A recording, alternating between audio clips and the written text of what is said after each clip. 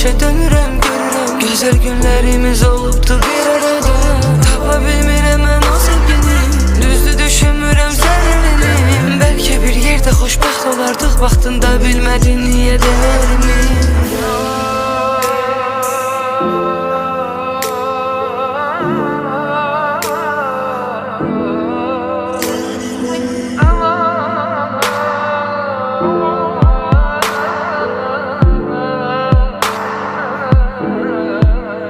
Bu dünya anlamsız gelir ya da ki boştan. Qəlbimi qırdın, fərqi yox daşdan. Bir gün anlayıb deyəcəksən mənə, düzəldək hər şeyi yenidən başdan. Sevirdim gözlərinə baxmağı, yadıma düşür axı göz yaşlarım. Sənə görə o qədər axmaqladım.